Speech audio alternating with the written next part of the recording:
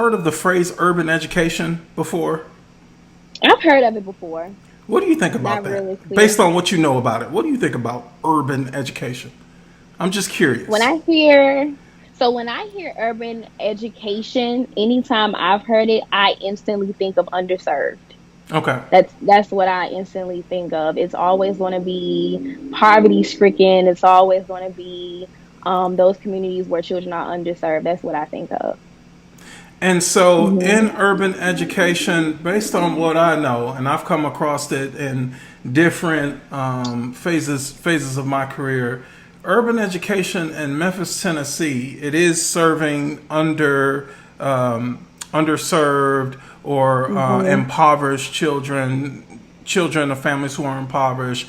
But it comes with like a special type of like philosophy, like the Hmm. strategies you use in a classroom are slightly different than what you would use Hmm. in a non-underserved classroom. Hmm. Um, and and I think that's more on the school level than it is necessarily on the classroom level. Where I think on the Yeah. school level, you're trying to service the actual community and not just saying, "Hey, you send your kids to school. We're going to teach them some stuff, and then they're going to move on to the next grade." Like it's a little bit Hmm. deeper than that. Like it's like, how can we get the families in here? How can we get them involved? Typically, with urban education programs, they try to even teach like the parents. Like if parents need Hmm. need Hmm. skills on like how to create a resume and how to look Hmm. for a job and how to do interviews. They do like mock interviews, and so it's supposed to be more comprehensive as far as Hmm. doing what schools should be doing. But I think that looks different and should look different everywhere, depending on what city Hmm. you're in. But I would make an argument that's what schools are supposed to be doing anyway. It's just a matter Yeah. of the fact that we are usually undermanned and definitely underpaid, which is why schools don't do that. But I Hmm. mean, technically, we're products of the community. We should be servicing the community in whatever capacity, but we don't have the Right. resources. So anyway, so off of that, so again, welcome to the Black Scholars Podcast. We're continuing this series on the pandemic. Hmm. And so what's going on, before we even start talking about education and teaching, what's going on with you? Because you're in Washington, D.C., correct? Hmm. So what's going on with Washington, D.C. as far as the pandemic and the coronavirus is concerned? Things are slowly but surely getting back to normal. We're still, I guess you can say, like on quarantine or like lockdown at home.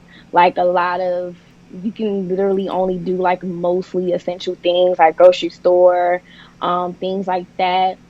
Because, the cases here, I think were more than where you are. I think people are kind of like skeptical of like going out and opening businesses back up. So as far as I know, there is like there's being things put in place, but there's no set dates to when we can quote unquote go back to normal here. Okay. Um, Virginia actually canceled school for the rest of the school year. Okay. So Maryland and DC will be done on May 28th. But as far as like resuming back to normal, I honestly can't even tell you when that's going to happen for us. Like it's like we're still on lockdown. We can't go anywhere without masks on, face coverings. The lines to grocery stores or just places where you would normally go and get in with ease, there are lines wrapped around the corner. Some places you have to have gloves on. So I don't really see us coming out of this anytime soon, honestly. We might even be looking at distant learning for the rest of the school year. So Yeah. yeah, it's Yeah. pretty different here. Hmm. So now let's get into the education portion of it. And so schools are still technically open K through 12 Hmm. in DC. Hmm. You said the same Yes. for Virginia. No, Virginia is out. Oh, They're so done. Virginia is they're done for the school year. They're done. Yeah, Okay. the mayor, I mean the governor of Virginia, he shut that down back in March. Like Okay. they're out. Right. So Maryland and DC, we will be done. I think it's like May 28th or 29th or something like that. Okay. Mhm. And Yeah. so how is the distance learning or distance teaching would be a better term? How's that been for you, and what does that look like working with your kids? It's interesting. Okay. In my opinion, I think it's just a band-aid. It's temporary. It's not it's I feel like we're doing it blind. Like we really have no idea what we're doing. We're just trying to, I mean, for me as a teacher, I'm trying to at least maintain what I've taught. If I can't do anything else, at least help them maintain the skills. But honestly, it's been what, 2 months and I'm still lost. Like I'm still trying to figure it out day by day. It's kind of hard to set standards and put rules in place when we have no idea, like we're unprepared for this. And it's even more harder because I teach second graders. Right. You know what I'm saying? They are not, it's hard to keep their attention on a regular school day, let alone in front of a computer Right. trying to teach a lesson. And on top of that, because I teach in a ward 8 school, there's lack of resources. Parents may not have Wi-Fi, they may not have technology. And then just, that area alone says a lot for itself. A lot of our parents, they just simply aren't educated. And that's just what it is. And so that's a struggle in a normal school year. So it's even more of a struggle now. So we have problems with students logging on, getting the work completed. It's communication is hard. It's like all over the place. So it's definitely not easy at all. It's not easy at all. Honestly, I just have to try to make the best of what I can with what I got. So at your school and to be clear, you're at a charter school, right? Yes. Okay. So is your charter school part of a bigger network, or how big is the No, network? no. Our organization is very small. Okay. Is it just one We school? have Yes, it's just one school. We Okay. have two. We only go to third grade, so we go from pre-K to third grade, Okay. and we Interesting. only have two classrooms per grade level. So we're a very small organization. Okay. And you've been working Hmm. there your entire 3 years? Yes. Okay. Okay. Hmm. And Yeah. how do you like working for a charter school?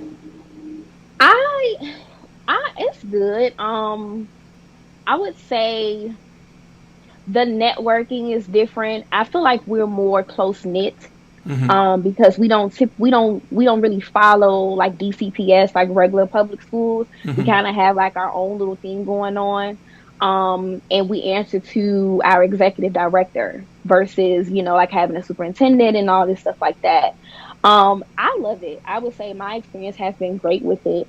Um, there are a couple of things that regular public schools have that I wish that we had, but Sure. like I said, we don't follow that module, so some things are different. But for the most part, I like it. Okay, that's good. That's Hmm. good. And so, for all the issues that you spoke about, as far as distance learning and distance teaching, have already been stated, even by me, as far Hmm. as concerned with kids having access to stable Wi-Fi, because in America, we just Wi-Fi is just like an expectation. You walk in Yeah. someone's house, you expect there's Wi-Fi there. What's the password, dude? Give me the password. Hmm. But if you've been anywhere around the world, or if you just pay attention to world news or anything like that, you'll know in the United States, our Wi-Fi is trash. Like, just being honest. Now, you go Yeah. anywhere else, the Wi-Fi is so much faster. It's Hmm. easily obtainable. And, we definitely take it for granted, but it's definitely a concern that kids don't have access to stable Wi-Fi. I also stated that I'm concerned about, and I don't know how true this is. I don't want anybody's lights being cut off because Yeah. obviously that's a huge concern. Yeah. So, with your kids being in second grade, were you guys already a one-to-one school? Did they already have devices already, or So we do. okay? But when we brought this up, because of course we're like, well, wait a minute, our kids don't have this stuff. They don't have this technology. So initially, when we brought it up, it was the concern was we were not going to get the technology back, and that was going to be an issue because we have to have this stuff for the next school year. Right. So then that turned into, well, what protocols can we put in place to ensure that we're gonna be able to loan out this technology and get it back? Um, I know you had schools in Maryland, they were giving out laptops like 2 weeks after. It's May, we're just not giving out technology this week. So any Interesting. students I've had who do not have Wi-Fi, who do not have computers have literally just not been able to access any of my work for 2 months. And a lot of it is not having enough technology to give them to loan out. So, Right. I mean, there's so many factors that play in part to that. So the kids had access to the technology at school Mhm. before the pandemic started. Mhm. But the concern from the school was, well, they haven't been taking them home. Now they need Yeah. to obviously use them at home. How are we going Yeah. to resolve that? And so Yeah. now they're starting to pass out those devices. Mhm.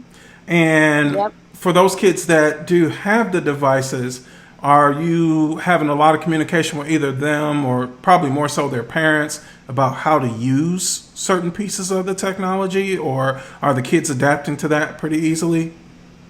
Yeah, I would say they're adapting to it pretty easy. So the good thing is, the platform that we use, I actually use it in class anyway. Okay. So they know their login, they know the website, they know how to navigate the platform, they know how to access their work, they know how to message me and ask me questions. So that was pretty easy. It Okay. wasn't hard to do that at all. Good, good. And Hmm. as far as subjects for second grade, you teach English, math? Everything, Okay. ELA, math, social studies, all Oh, that. so you do it all, science, everything. Okay. Hmm. Um, and so how does that look with your kids though? Is it like is it something different on each day, or do they have to report at the hour, or is all the work already uploaded and you upload it with videos explaining things, or like how does that look? It's all over the place. Okay. Because like I said, we are still in a place now where we're trying to figure it out. Like for the first couple of weeks, it was just I would well, before we got out, we created packets, but then the issue became they're going to get through these packets pretty soon. So then it turned into me just using that platform to assign skills that I had already taught, and then checking to see who was completing what, who was failing, what did I need to reassign. So now it's transitioning to actually trying to teach mini lessons, if that makes sense, Yeah. and then post them onto, so I use Dojo, like posting them onto Dojo, making sure that parents are having students to access this every day, and then putting follow-up assignments to that mini lesson on the digital platform. Okay. And then I have Zoom meetings twice a week for an hour on those skills that I've been posting on my dojo for those mini lessons. And when you say dojo, you're referring to Class Dojo? Yes. Okay. And you probably Hmm. typically use Class Dojo anyway during the school year? Yeah, but we Okay. only use Class Dojo for Behavior? behavior. That's what I use it So for. Yeah. now, yeah, so now we're having to use it for teaching. Right. And that's a struggle because I'm at home. I don't have any, Was I that don't have always any a resources. Was that always an option with Class Dojo? Because I've been using Class Dojo since I Yeah. taught high school, and that was like 11 years ago. Yeah, you Yeah, can so you can, and I didn't even know that you could connect students. You could set up student yeah, I knew profiles and that. have them do it. Yeah, So we only used it as like a like something for same. behavioral management. And it was something for parents to have to be able to contact us because I didn't want to give out my phone number. So that's what I use it as. But now I use it to upload mini lessons, and I use it to post work So you daily. can It's post like my memo board. PDFs. You can post Hmm. PDFs and everything, and they can download it. And Hmm. okay, I have it saved to my, like if there's a particular story I want to look at, I sure. just save it to my phone and then I post it on my class story. Okay, so I gotta do some digging in the Class Yeah. Dojo because, like you said, I've only used it for behavior as a way to Hmm. basically like reinforce consequences, negative and positive consequences. Yeah. Yeah. And then like you said, parents can take a look at it, kids can take a look at it, and they can see how many points they have. They love the little, I don't know, monster emojis, whatever they are, they Yeah. love those. And Yeah. parents communicate with me sometimes on there. And I used to, like, if we were working on a project or a presentation, they working in groups, I would take a picture, Hmm. and then I would post that so then the families can see that. Because I felt Same. safer posting it there than posting it on like Facebook, because you got like all types Yeah. of R. Kelly's out there and stuff, and I Yes. teach middle school, and so I got I work with 6th grade and 8th grade. And in the past, I've worked with 6th, 7th, and 8th. So I got 12, 13, 14-year-olds. And it's like in middle school is that time where they're like, their hormones are going crazy and stuff like that. So yeah, we got R. Kelly's out there. So I didn't want them. I don't want the R. Kelly seeing my babies. And so anyways, but that's dope. That's a really good tip. So anyone listening to this podcast, because we've spoken about Class Dojo before, let's dig into that and let's see, everything that you're saying as far as being able to actually use it almost like a LMS, like a learning management system. So that's awesome. That's awesome. Is there any other like LMS or anything that you guys use, like Google Classroom or Schoology or anything like that? So we're using Class Dojo and MobyMax. And I love MobyMax. Yes, I love MobyMax. Yeah, a lot of people don't know about MobyMax. MobyMax is fire. They need to get into it. Yeah. It grades the work, it checks it, it lets you know who passed this, who didn't get that. Yeah. You can reassign it. So I always use MobyMax as my follow-up. So after my mini lesson, I assign that skill on MobyMax, and that's my follow-up. Okay. And it grades it. It does all the work for you. I know about MobyMax. MobyMax is nice. I've used MobyMax in the past as a intervention. So when a kid is really struggling to get something, I'm like, okay, let's go to, because how they break it down in so many sub-objectives, at least at the middle school or secondary level. It goes into so many sub-objectives for just one standard, literally like 10 different like mini lessons. And I make them go through each one of those. And if they have a question, then we work through it together. And usually after they do that, then it's a wrap. But at my new school, they actually didn't have a MobyMax login. So I had to purchase like a one license per teacher type thing. Wow. And I wasn't too happy about that. So I wouldn't be either, because not cheap. Well, it's not cheap, but I work for a rather affluent school district, and it's a lot of things they don't have that they should have. But that's MobyMax is bomb, and it's a great differentiation tool. Definitely. I can assign the same skill to all of my students on different grade levels to meet them where they are. That's what I love about it. Now, for second grade with MobyMax, are you using it for all subjects or just ELA or? So I mostly use it for ELA, phonics, and math. Okay. Yeah. Yeah, I know that. Yeah, that's right. They do have math on there, and I do remember they do have phonics on there as well. That's awesome. Yeah. So yeah, guys, definitely check out MobyMax. I'm gonna put that in the show notes as well too. I love MobyMax. I don't know if I've ever mentioned MobyMax before on this podcast. I love MobyMax. It's great. So let's see. So and you kind of address this with the distance learning. You want to maintain your kids, skills, during this past, 2 months or whatnot. And obviously there's some issues there with kids not having access to Wi-Fi or not having the devices and just getting the devices. But even if they have the devices, that still doesn't solve the Wi-Fi problem. Is the district trying to do anything about the Wi-Fi situation, or is there anything legally they can do? They mentioned something about parents had to fill out some type of form, and I think if they would be redirected to, I don't know, like Comcast or Xfinity or something, they were offering mobile hotspots that they could go to that offers free Wi-Fi, or plans that they could get on that was $9.99 a month or free for such and such days. So the school was redirecting them to, where they could get Wi-Fi and how they could get it. But there are options. For them.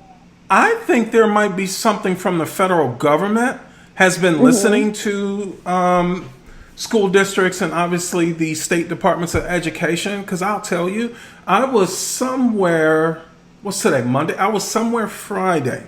And I had to go clean out my class and get everything pretty much ready for next school year. Had my mask and gloves on, cleaning out my student lockers.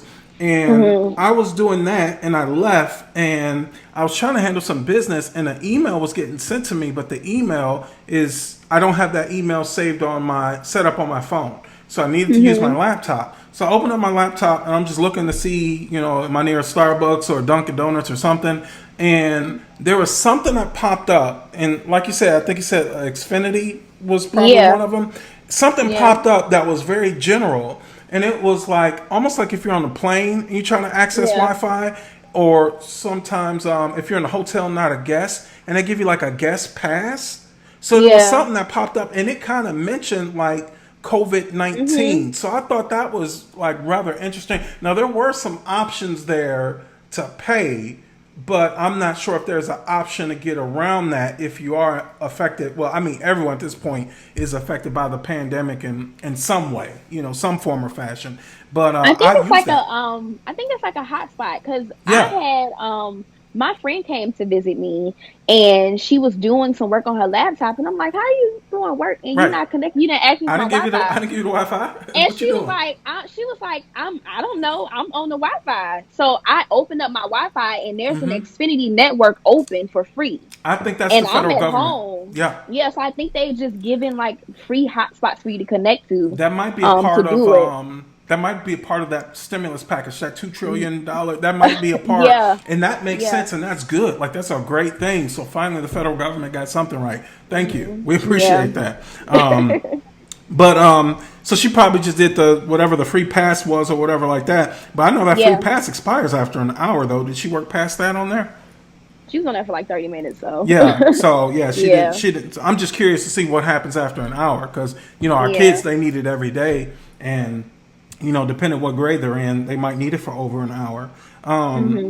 So as I was saying, like, so you're trying to maintain the skills your kids are going into, and like second grade is vitally important. And I'm not sure. I'm going to assume in DC, second graders they're not tested, right? Like they don't take standardized tests that the state looks at So or administers. it's not necessary. So I work at a charter school, so it's Right. different. So we take what's called MAP. I don't know if you ever heard that. I've heard of that. Yeah. So we take MAP, but our third graders take what's called Park, and Right. that I know Park. PARCC. yes, Yeah, I know Park very yes, well. Park was supposed to be a part of if everyone would have kept Common Core. Right. Okay. Wait. So are you guys so operating on they Common Core standards? yes, Like yes, we verbatim? are. Like they didn't change Yes. them or anything? Mm-mm. Because that's what a lot of states did. A lot of states were like, "Yo, the politics of education. I hate it. Yeah, I hate it." And yeah. so I'll tell you what we did in Tennessee. We took those Common Core standards and we changed the name and we revised them. Like one year we revised them, then we revised them again. So I think they've been revised. I want to say 3 times. They've been revised 3 times. But if you compare them to the Common Core, We use subtle Common differences. It's the Core. same thing. It's the same thing. Yeah, Yeah. we use Okay. Common Core.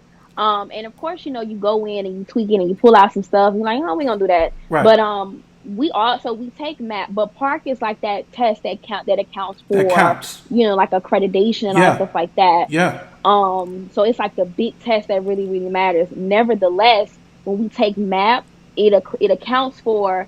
So with charter schools, there's like this scale, and Okay. there's an array of things that account for your accreditation or your tier status. Okay. And so they take what's called MAP in second grade, and basically, MAP measures your growth. Right. Um, and so it's not necessarily, as critical as third grade, but it's something that we still try to get students to do the best that they can on. Because it's going to count for a portion of our score when we get rated overall as a charter school. Yeah. So yeah, it's kind of tricky with second grade. And I know in the midst of all of this, because right now we're all dealing with chaos. Mm-hmm. But has your school leadership, has admin started started having conversations with everyone, with all of the educators about that moving from second going to third grade? We got this pandemic. We got kids not being able to access the distance learning and dealing with. We didn't even mention all the things that kids are dealing with, right? So Yeah. domestic abuse has went up significantly across the country, or let's say across the universe, across the world. Child abuse has significantly increased, and so. We have some families lack of food. Like you said, dealing with the Ward 8 schools, you're dealing with kids who are already impoverished. We have kids who probably aren't eating their best meals. Maybe their best meals they ate, honestly, unfortunately, might have been at school. And I couldn't imagine that. Like I couldn't imagine my best meals coming from school because I can't speak for everybody. But me growing up, I love my schools and I went to really incredible schools, the cafeteria was not incredible. The cafeteria was not great. Okay, we didn't win awards at my schools because of the food. Let me tell you. So I can't imagine that being my best food because I don't Yeah. even know what I was eating some of the time. Sometimes I wouldn't eat, to be honest with you. Mystery meat. I'm like, that's meatloaf? Nah, I'm gonna pass on Same, that. same. That's pizza? Nah, that don't look like pizza my mother be ordering. Nah, I'm straight on that. So So they had okay. when we first shut down, they were giving out lunch actually every day Mm-hmm. and I think they were there for like 30 minutes a day. They were giving out bag lunches for like 2 weeks. But as the days were going on, the number of people coming to pick that lunch up was declining. And so they Really? stopped. Okay. hmm it Wow. declined significantly. And so they stopped, providing those type of services. Um, as far as like having that conversation, I mean, lately in our virtual faculty meetings, the conversation has been about retention and Mm-hmm. how we're going to go about passing students and how we're going to go about addressing parents who may feel like their child didn't get the full benefit of second grade Right. and they may want to retain them. Right. And second grade is a big step between first and third grade. It is. It's It's huge. a big It's step. And huge. if you step into third grade Not ready? missing skills, Yeah. it's going to affect you tremendously because it's a big leap. It's a big leap. Yeah. So, we're trying to handle that the best way we can. I mean, the reality of it is they are missing out. They're going to be missed out on 4 months of school. We go until June 28th. Oh wow. So we've been out since second week of March. It's Mm-hmm. May. Mm-hmm. That's You quite a guys bit go of until June when? June 28th. Oh my God. And we were a year-round school my first 2 years teaching. This year was actually our first year where we stopped the year-round module. When I first started at this school, we would Yeah. start August 1st, get out June 28th. My summer break was 3 weeks. Wow. Train for 2 weeks, go back. This year was the first year we actually went after Labor Day. So we go Okay. to June 28th. So there's so much stuff I have not taught yet. So much stuff. And these are prerequisites to third grade. So Exactly. we got 3 weeks left. I'm not comfortable with teaching new stuff. I don't have materials. I honestly don't really know how to tackle that. So So here's I don't know the how that's gonna go. yeah. So here's the I don't issue. know. So the purpose of why we do what we do, and I can even remember having my very first interview. Are you familiar? You're in DC. You're familiar with the Teaching hmm Fellows, right? Or the New Yes. Teacher Project? Yeah. Yes. So I came in through the Teaching Fellows, and it's funny because DC was actually one of my locations I could have went to, along with New hmm Orleans and Chicago and a few other places. And I decided to come to Memphis. And the very first question she asked me is, Leonard, why do you want to work in education? Why do you want a career in education? And hmm I had been studying like crazy just for my praxis exams. So hmm when I put everything together and just kind of synthesize everything, and I just wanted to give her the most honest answer I possibly could, I said, so I can raise student achievement. And I meant that. And I meant that. hmm And it's been the same. It's the, education. Let's keep it real. It's a very stressful profession, regardless hmm of what title you have, what your direct deposits look like. Like, everyone keeps saying, oh, you can recruit more teachers and you can keep good teachers and great teachers if you pay them more. Okay. It's still gonna be So we'll stressful. take we'll take more money. That doesn't deny the stress. Same as a doctor, right? They get paid hmm handsomely. Doesn't deny the stress. They got people potentially hmm dying, especially right now, right? So with that stress, being in education, you have to have something that keeps you rooted, or you have to have something that keeps you motivated. And that's the one thing that always motivates me. And it's also why I'm able to see, like, okay, whatever new practice or new reform we're trying to do this school hmm year probably isn't going to work because it's not hitting the heart of the problem, which is student achievement. So when we hmm think about student achievement, and for you, and I'm glad I'm talking to you in DC, and I'm glad I'm talking to you specifically because at your charter school, you guys go until June 28th. Everyone I've been talking to, including myself, we're worried about missing 2 months of school. You guys are going to be missing 4 months of school. And you are at, like you said, such a significant grade as far as building those foundational skills, going into third grade. And I mean, let's be honest, going into third grade and third grade scores is exactly what the powers that be look at as far as deciding, that prison, or what they call it, the educational prison pipeline, right? Like, how many jails do we need to continue to build? Because we see right here, 60% of this demographic of kids can't read or write at a high level. They're not showing proficiency in literacy. So third grade is huge. Like, it's huge. And with you guys missing 4 months of school, most people around the country probably missing 2.5 months of school. Yeah, that is a concern. What suggestions do you have, like, kind of circling in your mind, like, how are we going to do this? Because I think one of the things is, like you said, your first 2 years of your career, you were year-round school. Do you think it's a possibility, like that might be a suggestion for, not just charter schools, but everyone, like everyone's going to start next school year, everybody's going to have to be a year-round school in order to make up those missing skills that they didn't get? I think that's a major possibility. However, one of the reasons that my schools decided to stop that is because they didn't see a change in test scores. Right. So it was like, why are we in school year round if we aren't really seeing a change? So I think that may be an option for a lot of schools. One thing I do know, if we as teachers ever thought we've ever been stressed out before, this upcoming school year, we are definitely going to be stressed out, because we are going to be playing catch up as if our children, like especially where I'm teaching, as if they aren't behind already. They're going to be even more behind. So we're almost going to like swap roles. I'm going to have students coming in who are still on first and kindergarten level. So realistically, unless they're just high flyers and they can get it like that, I'm not going to a lot of us won't even be teaching on grade level next year.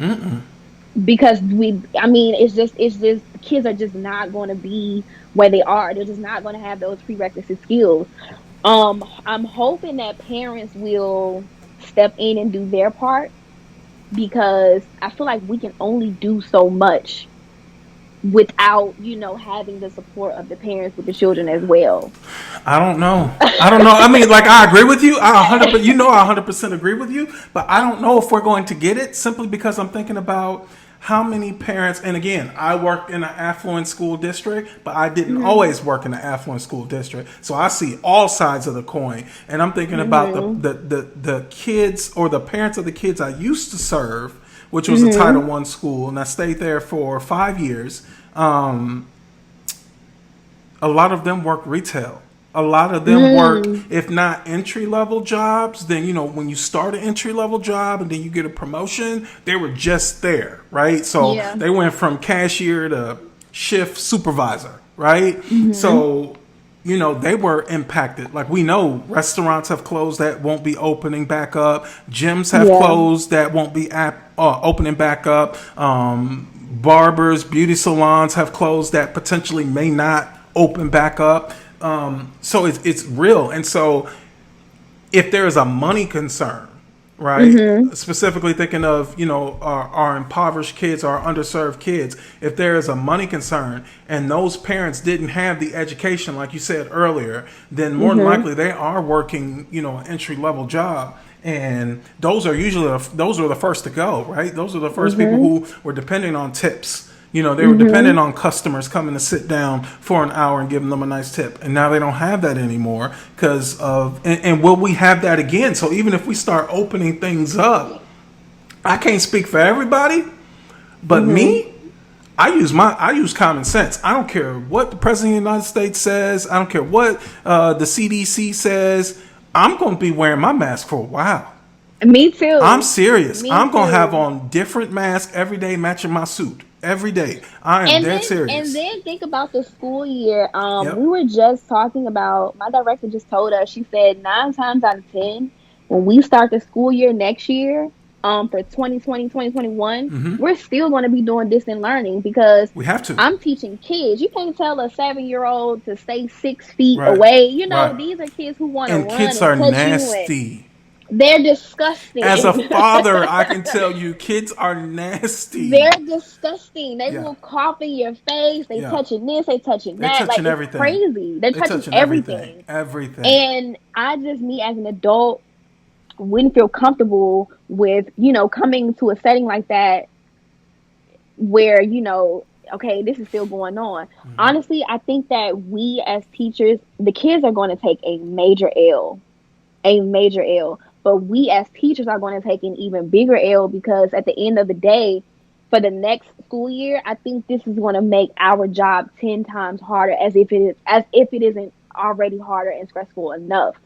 Last summer, what I would do is if I had students who were behind, I would bring students home and I would tutor them over the summer. And it's just like, Yeah. if I tried to do that now, that would literally be my entire class to Yeah. try to help, give that extra help to catch them up. Yep. I'm just saying, if we ain't never needed a raise, Yeah. we need it now. Like, we need, Yeah. because we're going to be working overtime for the next school year. It's going to be longer than that. And even after that, after that, we're going to be working overtime. Here's my prediction. As if we don't already do that. So here's my prediction. And I know it's different at different schools. In the school I came from previously, tutoring to some extent was mandatory. At my affluent school now, by the way, which is about 1,400 middle schoolers in one building. Yeah. So, yeah, I'm wearing a mask. Whenever we go, my mask is on. This is how I'm teaching. We have 300 students. And I'm wearing a mask. not. I'm wearing a mask. You can't tell me. And if you tell me I can't wear a mask, then I'm gonna go find a school that don't mind me wearing a mask. I'm wearing a mask. I mean, how can you practice social distancing in a school? You have lunch, you have breakfast, you have recess, you have programs, you got 25 kids, and we have 25. Our cap is 25. There was one classroom. There was an article that's circulating, and I don't know how valid or credible the source is. Allegedly, it came from the CDC, but when stuff is passed around social media, I don't necessarily give it the credence that it probably should have until I can actually research and I see it on a credible source like the New York Times or something that I actually trust. And there was something about the CDC was in discussions with the Federal Department of Education and of course Trump's administration, and saying that we would have to practice social distancing in schools, which is impossible because we know how our schools are built. Yeah. And it may cause either schools to increase the hiring of more assistants, support, and educators. It may cause an increase or grant possibility for needed building space or to add like needed space to buildings. I don't know if they don't realize how expensive it is to add to an actual school or to build anything as far as education is concerned. What else did they say? Oh, instead of going to the cafeteria for lunch, the kids would stay in the classroom for lunch. That's absurd. I feel like that's causing even more of a threat than them going to a cafeteria. Yeah. Wait a second. We all in here with our mouths open and spit is flying out and people coughing and sneezing and we just in the same congested room this entire time and nobody...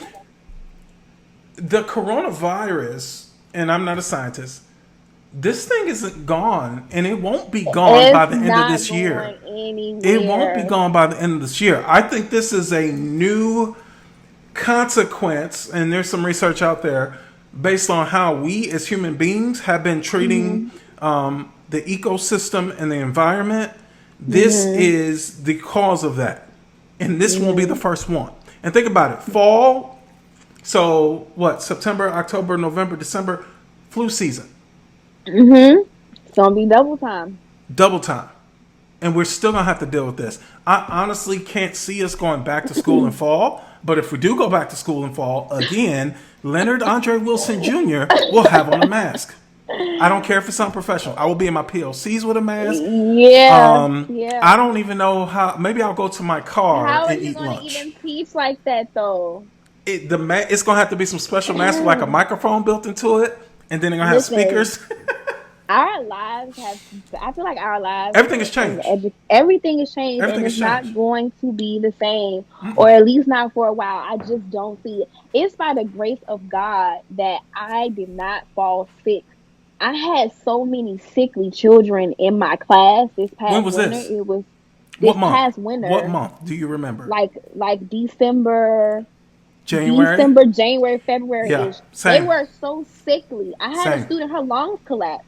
I can believe it. And she was in the hospital for 2 weeks. Like I can they believe were, it. I'm talking about just they were so sick. Yeah, And I'm so glad I didn't get sick. And it's just like, if they were sick like that during flu season yep, and they're kids, yep, what do you think could happen if we go back too soon and yep, something like this is going on? yep. It happened. Same So, thing. Yep, same thing happened in my school in January. And remember, mhm, 1,400 kids. I don't know what our staff and faculty numbers are. That's how high. That's how many teachers work in the building. There's teachers work in the mhm, building. I don't know them. Like personally, like I don't even recognize. I wow, don't even recognize their faces because I only see them. wow, I only see them during faculty meetings. So I don't even recognize them. that's a lot. And they were dropping like flies in January. And the kids are dropping like Same. flies. And typically I think my biggest class this school year or past school year, whatever you want to call it, was 26.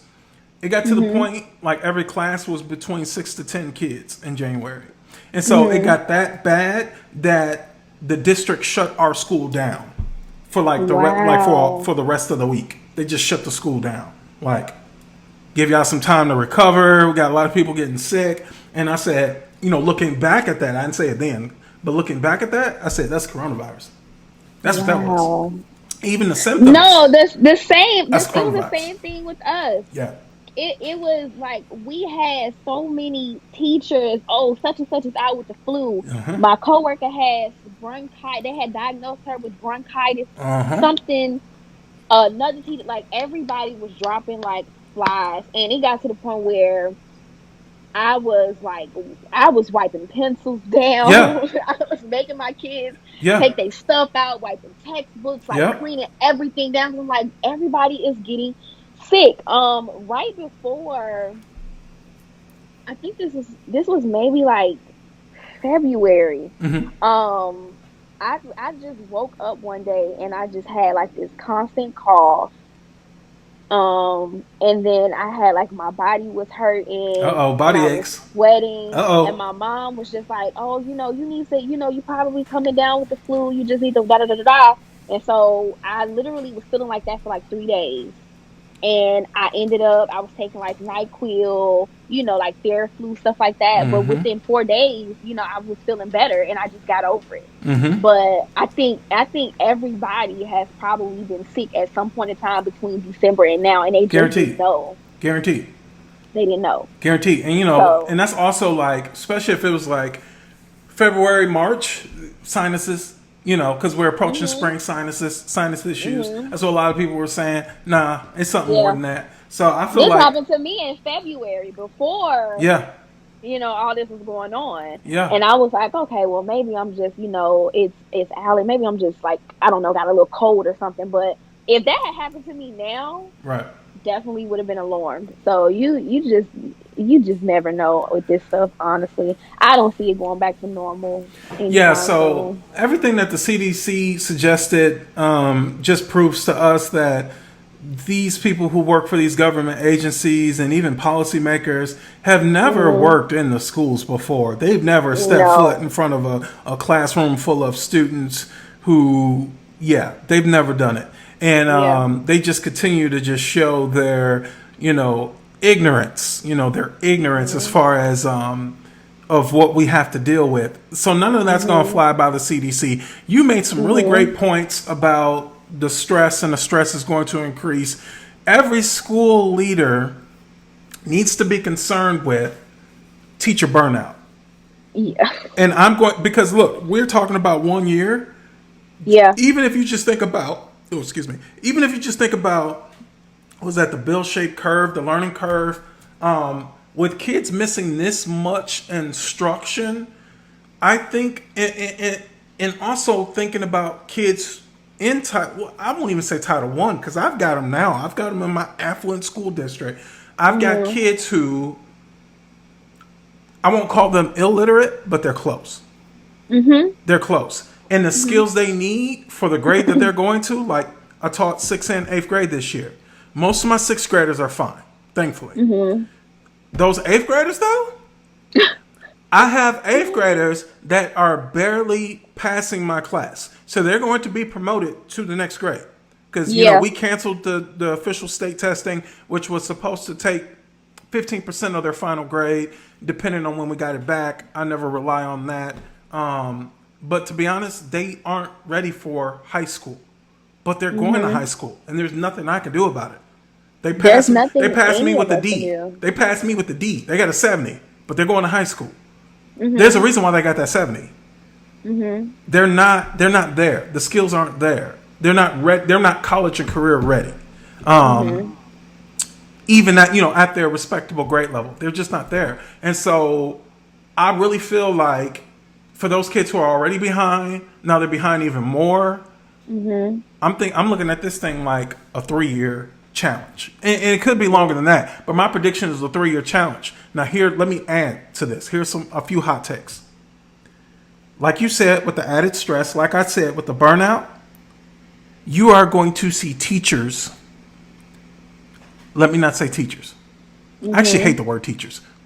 Let me not say teachers. Educators, because it's going to include counselors, school psychologists, school social workers, administrators, cafeteria staff, librarians, are going to be leaving the education field over this next 3 years. Watch, you heard it first on the Black Scholars Podcast. I'm not joking. I'm not joking. I believe you. I'm not joking. They out of here. I don't know how we're gonna bounce back. I honestly don't know how we are going to bounce back from this. I had a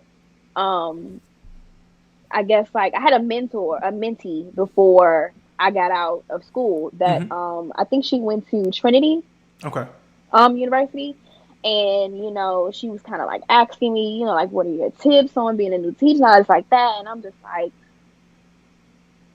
I don't really know, because as a new teacher coming into something like this, it's gonna be it's gonna be tough. It's gonna be tough for vets. It's going to be tough. It's going to be hard. I have a class. I have 23 students. Okay. 10 of my students have either IEPs or they're not on grade level.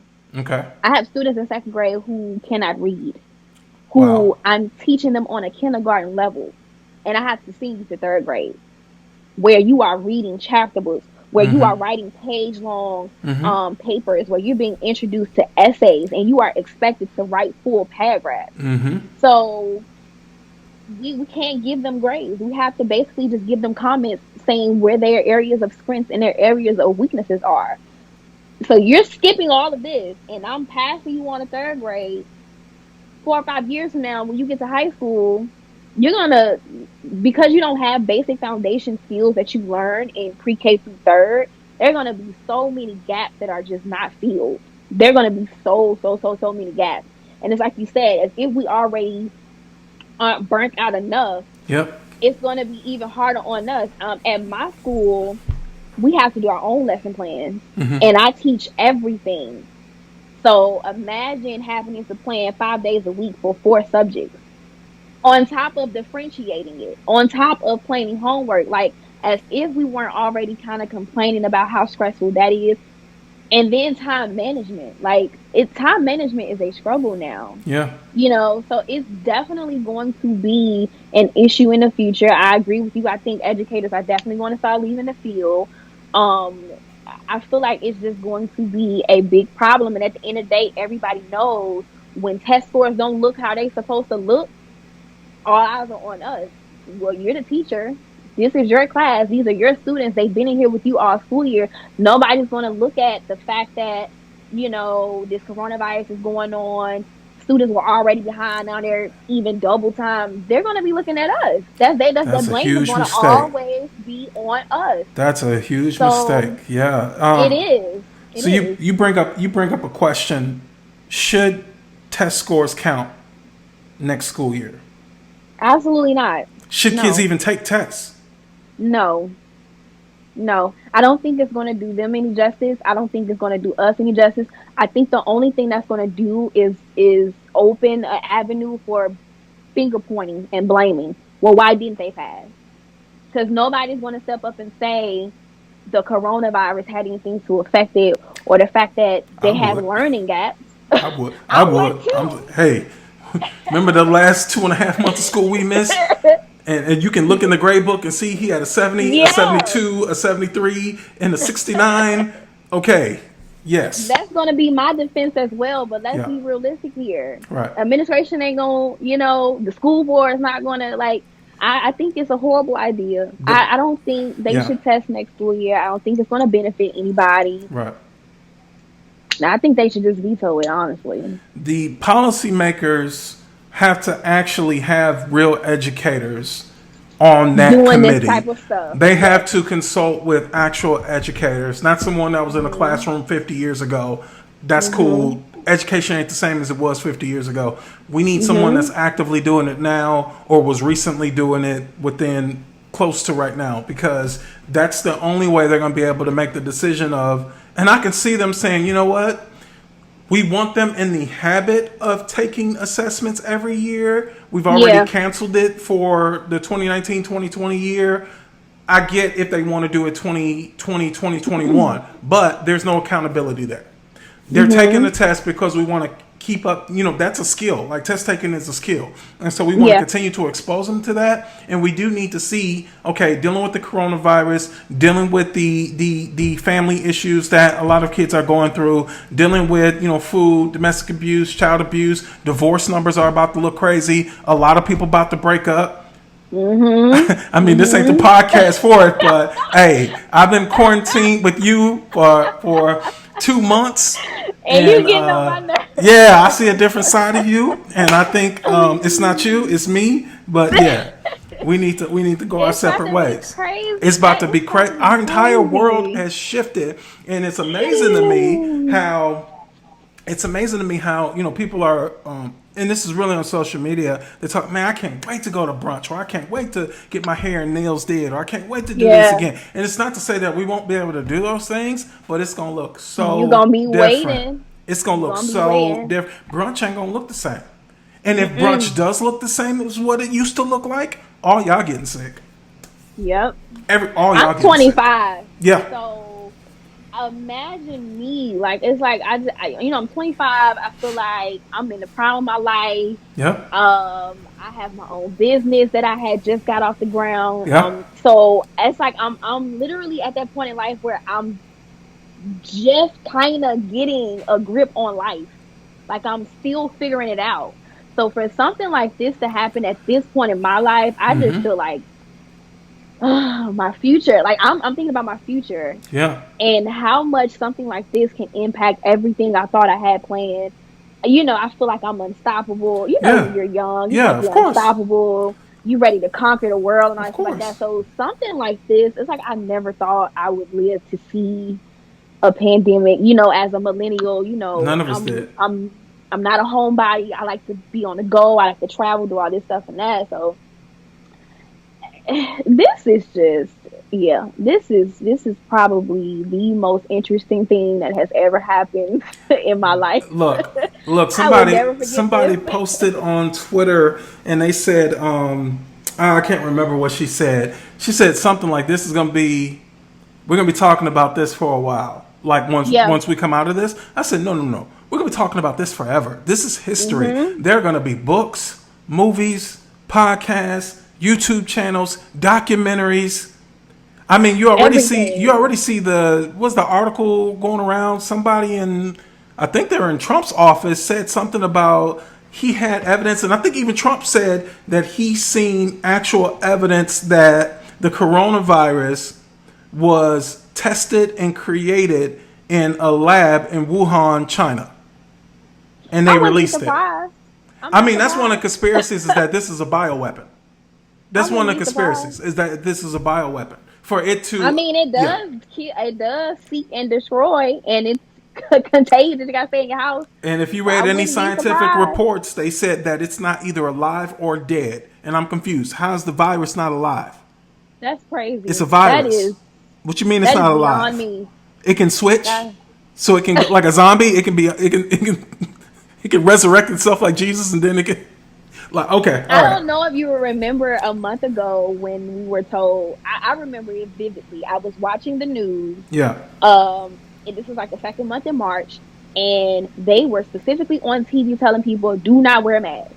Do Yes, not they wear do. I masks. was arguing with Do people not buy online about that. masks. Yes, I was on Twitter You arguing gonna about that. buy up all the supply, Exactly. and Yeah. it only works for people who got it." And Yeah. now, like literally 3 weeks later, they were like, "You got to wear a mask. You can't go nowhere if you don't got a mask or a face covering." That if that happened, do you think I'm about to believe anything that y'all say? Exactly.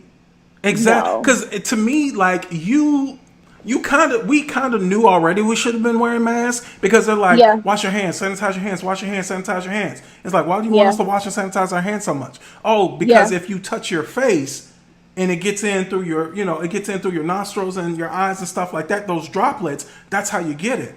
Well, then I should already have on a mask covering that. So if I touch Yeah. anything, I'm at least touching my mask and not my actual face.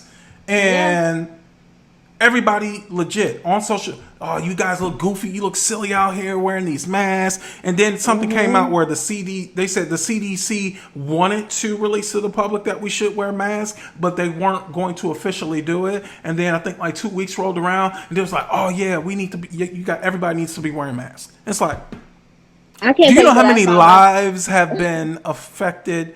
How many deaths Because have of that. potentially been caused because of the lack of information? And you think I'm going to trust the CDC when they tell us that we need to be practicing social distancing when we go back to school? Okay, Yeah. social distance these. Here is my resignation. And I'm I'll turning see that y'all and on I'm the turning that flip in via side. email. I'm not even physically turning that in. You're gonna get this email. I'm serious. And this brings up I got one more question for you, and this is leading us to this question. So how has this impacted you? Like you stated a few things like, you just got your business started. This is your third going into your fourth year. You got a career going. You got a business going. You're young. You feel invincible. You chocolate in chocolate city. You got all these great things going for you. And then now something like this happens. So, and when I ask this question, I mean like even like conversations maybe you had with people close to you, friends and relatives, or even internal conversations. Because I'll be honest, I've had a lot of conversations with myself. I've done a lot of thinking, a lot of internalizing. How does this affect my career trajectory from here on out? Like, what are those conversations? What is that dialogue like for you? So one thing I want to say is, ironically enough, I'm glad. I'm kind of glad that I decided to start a business when I did, because with something like this going on, like you said, the education field is not looking too good in a few years. You know what I'm saying? So I'm glad that I decided to go out on a limb and start something for myself, so that if I, find myself saying, hey, this is too much, this is something that I, want to walk away from, I have something to fall back on. And that's not going to be clocking in on somebody's clock. You know what I'm saying? That's not Right. going to be waiting for a raise every year. Right. That is me being my own boss, me setting my own schedule, me setting my own prices, making my own money.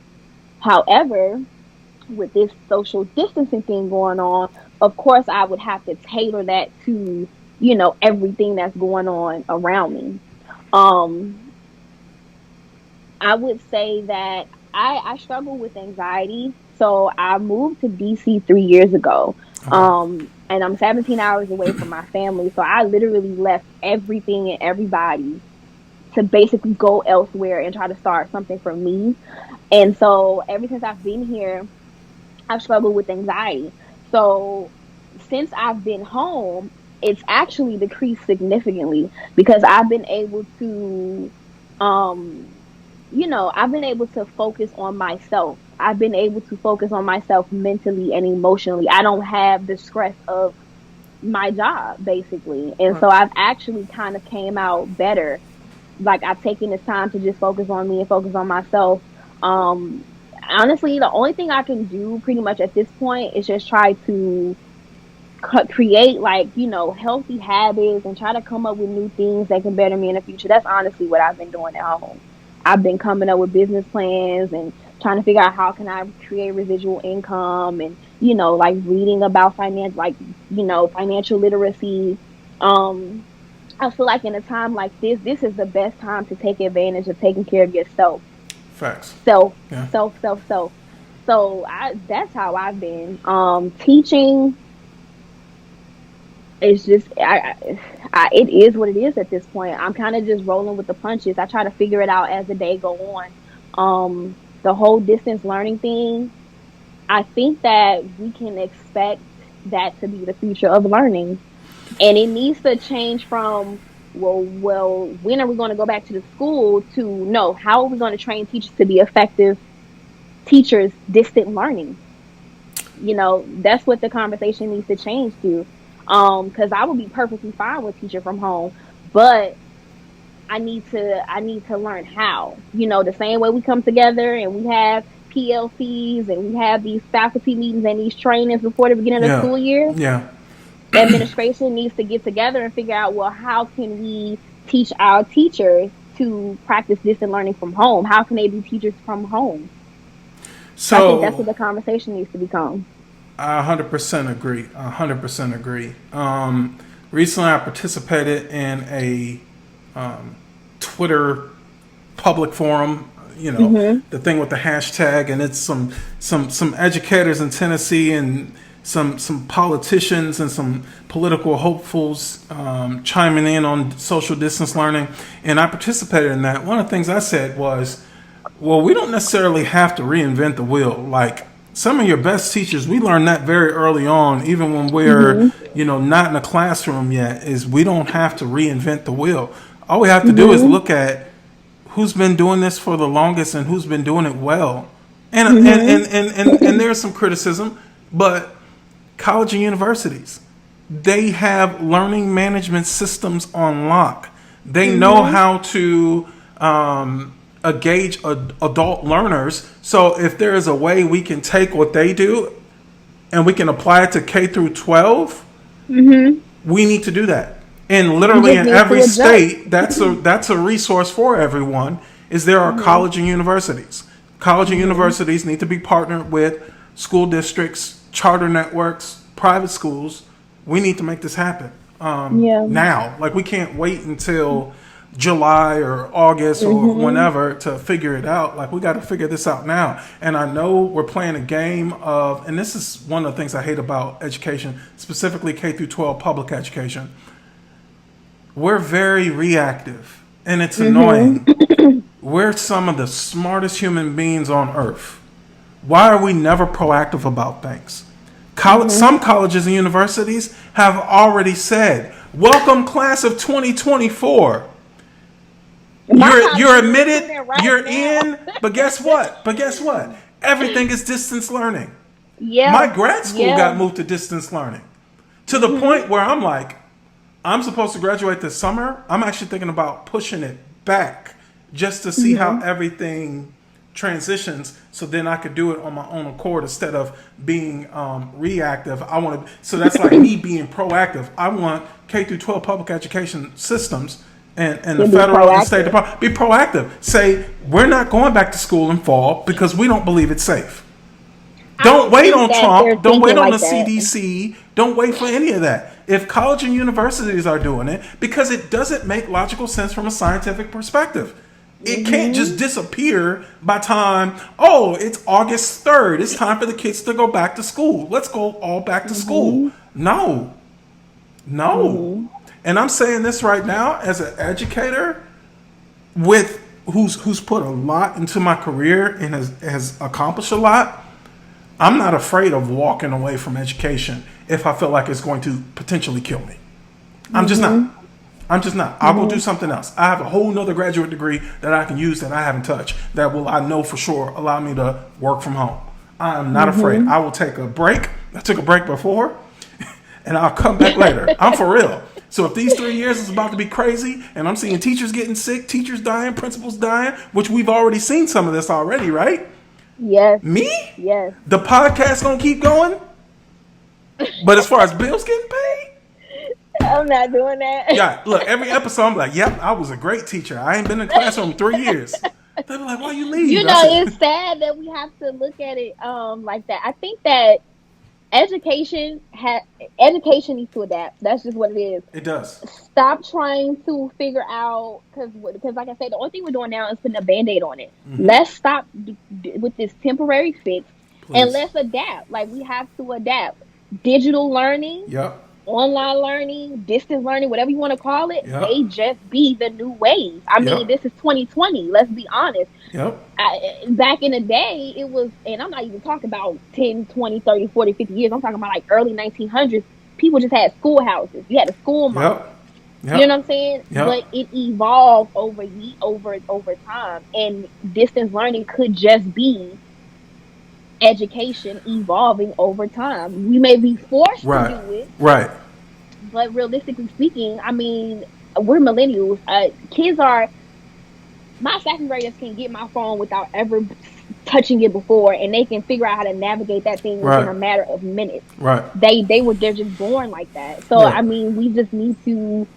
Administration just needs to adjust, and as teachers, it's only so much we can do. And to be fair to the point that you just said, we were talking about this in 2017 when we had hundreds and hundreds of mass shootings around this country. Like literally, it felt like every other day there was another shooting. I don't know what was going on in the weather or the cafeteria food in 2017, but these kids were angry, and there was something going on everywhere. In every city, in every region, there was a shooting. And, you know, because that's when they were talking about arming educators with guns. An alternative to that was distance learning, distance teaching. So what happened over the 3 years? Like, did those committees dissolve? Where's the research? Where are the plans? Because now it's real. So but I think with that, it may turn into something else. I don't know about you, but there are a lot of times where I feel like a babysitter. You know what I'm saying? I will have kids come to school sick as a dog, and I'm like, well, why did you send them to the nurse? I sent them to the nurse. Oh, well, my mama said she had to go to work and all that, so I guess it becomes... You can sit in the nurse's office all day. Go to the nurse. I'm serious. You're not getting me sick. You're not getting me sick. Distance learning could become an issue for parents, because it's like, if I'm not sending you to school all day, what are you doing? But then you got to figure that out. You know, so I mean, a lot of educators, not all, but a lot of educators are parents themselves. So we figuring it out too. Just like nurses and doctors and the rest of the essential workers. You have to figure it out. We all figuring it out. We're all figuring it out. And I'll tell you, the Fortune 500 companies, Fortune 100 companies, the organizations, the nonprofit organizations, which include schools and school districts, charter networks, they're going to have to step their game up as well too. You're going to help us figure this out. If you want the best of the best, you want us giving our all, because I'm telling you, over this next 3 years, it's going to be very, very stressful. Good teachers, great teachers, good teachers who want to be great teachers, effective teachers, already put more pressure on themselves than they have to. Over these next 3 years, they're going to put even more pressure on themselves.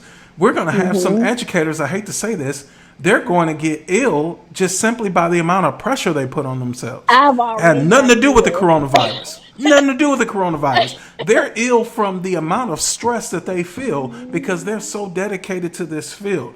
And what do they have as a reward for all of their hard work? Just more stress, more stress, more stress? Nothing. And again, we're not saying don't pay more, because obviously money is important, but it's not the end all be all. Like, it's still going to be stressful. I'm telling you, I don't care what they're paying. You're going to have teachers walk away from the profession. It's going to happen. Agree. You're going to have school principals that say, you know what? Forget this. No, seriously. This year, for God bless me, my kids were angels. That's good. It was a breeze.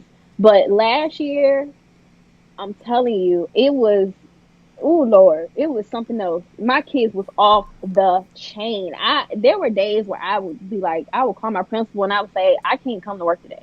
Yeah. Like I would literally have to take my sick leave as mental days Yeah. because I just could not do it. Yeah. I was leaving work with migraines and headaches and just stress and just overwhelmed. This is a normal school year. Yeah.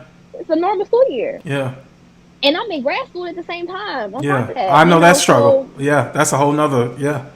I'm just thinking about how stressed out and overwhelmed I was all the time in a normal school year. So imagine trying to do something like this where your kids are even more behind. You're right. Teachers are gonna be dropping like flies because it's School just gonna be principals, too much. counselors, school psychologists. Man, forget this. They Forget need this degree. counselors for us. We gonna need therapists and counselors for us. Yeah. Thank you for listening to the Black Scholars Podcast. For more information, go to blackscholarspublishing.com.